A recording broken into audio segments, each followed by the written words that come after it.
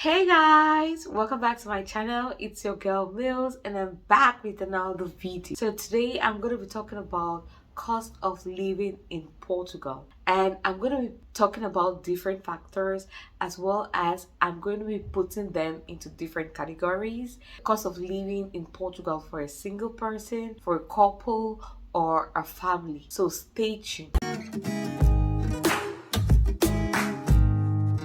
I've lived in Portugal for more than a month or so. So I'm going to be talking about how much you can spend as an individual or as a couple or as a family of 3+ in Portugal. I'm just going to go straight to the point. So I'm just going to talk about the different common factors, and you're going to put yourself in the category that you fall in and do the calculations by yourself. If we want to talk about the cost of living in Portugal, you need to consider many factors depending on the lifestyle of the individual. You need to consider the location where you be living, the family size. You need to consider your income as well as your needs. When I talk about your needs, I just simply talk about how you live your life. Are you somebody who is practical? Are you somebody who lives extravagantly? So that's when I talk about the needs. And all of these comes into play depending on the income that you receive. I'm going to start with the first one, which is the housing. When it comes to housing in Portugal,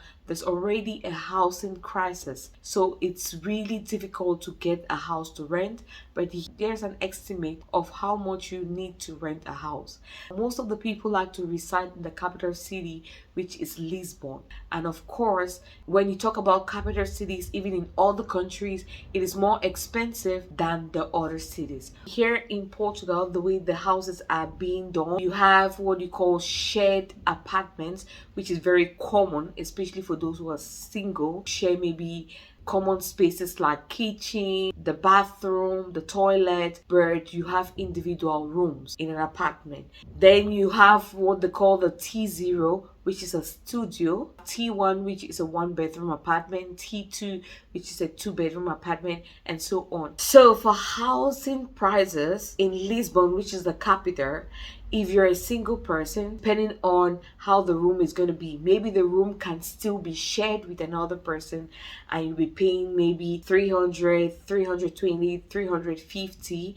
You can also rent a single room just for you, which is also difficult to get in Lisbon, for 300 euros plus up to 600 euros. If you're a couple, you for shared apartment, means that you're renting out a room in an apartment, you'll be paying about 500 euros plus. If you're a family and you also want to live in a room as well, you'll be paying like 600 plus, 700 plus, depending on the area which you're renting in Lisbon. If you want to stay comfortably, be it a single person, a couple, or be it a family person, then you can rent your own T0, T1, T2, and those prices will range from 800 euros plus, 800, 900, 1000, 1300, 1200, depending on the number of bedrooms, bathrooms, and so on. Those are the prices in Lisbon. If you are renting in the provinces or in the other cities out of Lisbon, it's a little bit cheaper. For a single person, you can get a room for 200 plus. In the provinces, you can get an entire apartment for 500, 600, depending on the city where you're living in. 700, 800, with 1 bedroom, 2 bedrooms, you can get them outside of Lisbon. The next one is utilities. When I talk about utilities, I'm talking about the main things like electricity, water. Those are the main utilities that comes with renting an apartment. Depending on where you're renting, the amount for the utilities is already included in the rent. So when they are displaying the advert for the rentals, they always indicate if the utilities is going to be paid by you or is already included in the rent. If it's going to be paid by you, as a single person, you should be thinking of 40 euros. If you are a couple, 80 euros plus. If you are a family of 3+, we're talking about 100 euros plus. So it all depends how you use your electricity, especially during the winter and the cold seasons. you need to be using the heater, and during the dry season you'll be using the ventilator. The next one is the internet. When we talk about Wi-Fi at home, there's some rentals that already have Wi-Fi, so you're going to benefit from that. All you just need is mobile data. But if you do not have internet at home or Wi-Fi at home, you can opt to get Vodafone. You can get monthly unlimited access for 35 euros, as well as Woo. You can also get that for 30 euros to 35 euros. This service is mainly for Wi-Fi at home. When you're moving out, you need mobile data. Companies like Uzu, Woo are the most popular ones that I know, and they have the postpaid service every month, and you just pay about 10 euros. The space is really large, and you can watch YouTube videos, you can do whatever you want to do with the mobile data. It also comes with the package where you can also make free calls,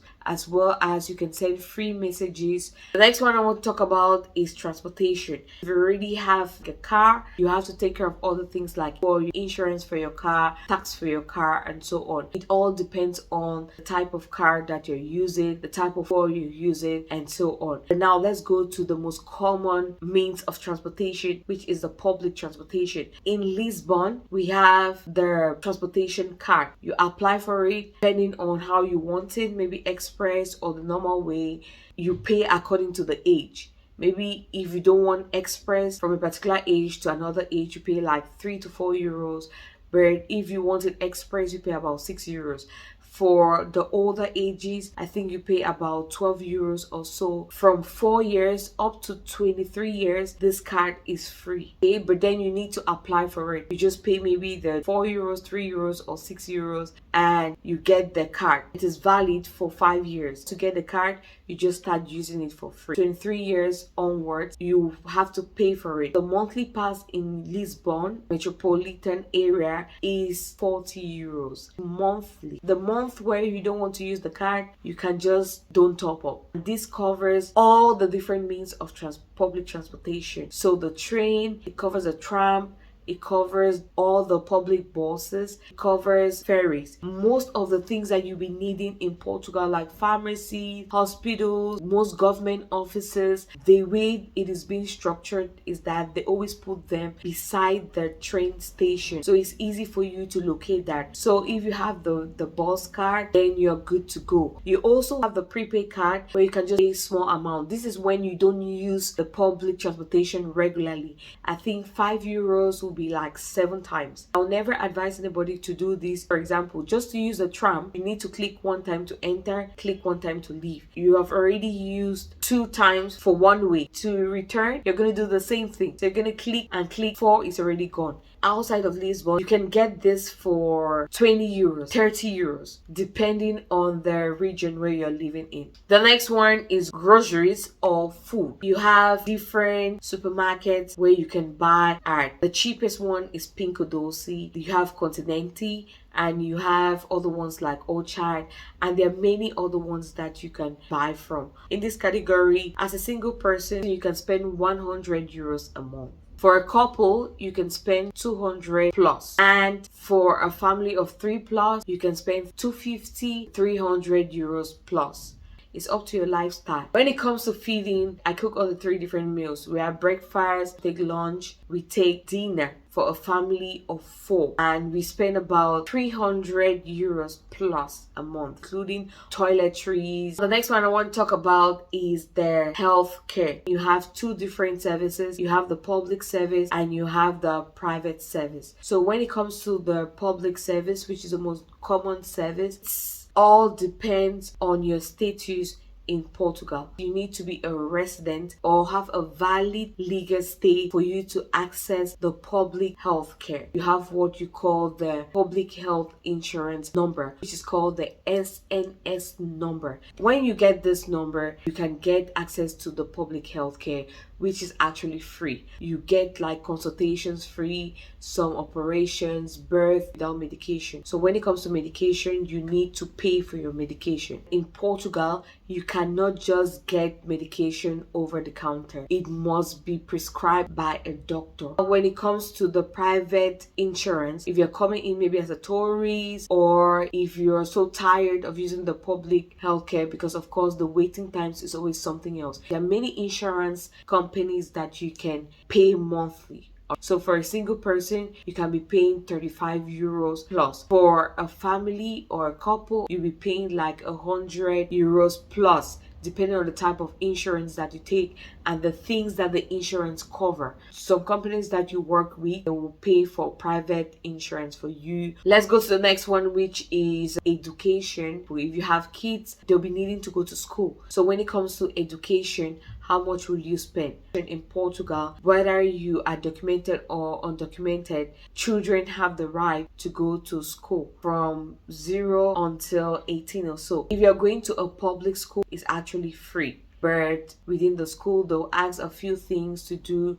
10 euros, 15 euros, depending on maybe some activities that will be carried on, and also to buy a few things that the kids will be using for school. You can buy them, but when it comes to books and all of that, they always provide for them. You can also get education in private sectors, especially for kids. If you're actually working in Portugal but you have a low income, they can also subsidize it, especially for kids. What they do is they ask you for a small amount of money, but not too much. If you just want your child to go to a private school and you are actually not contributing to the social security system, then you need to pay. You can be paying about 200 euros plus monthly. It can also go up to 400 euros plus, depending on the type of school that you enroll your child in. For international schools, you'll be 400, 500 plus monthly. Those are the main areas when it comes to cost of living in Portugal. I cannot give a total estimate for each of them. You need to find where you fall in. Are you single? Are you a couple or a family? You go to the different areas which I've listed. You write down the amount of the budget that will fit your lifestyle and you add the total. Before I end the video, I also want to talk about the income. Cost of living in Portugal solely depends on your income. The lowest wage in Portugal is 870 euros.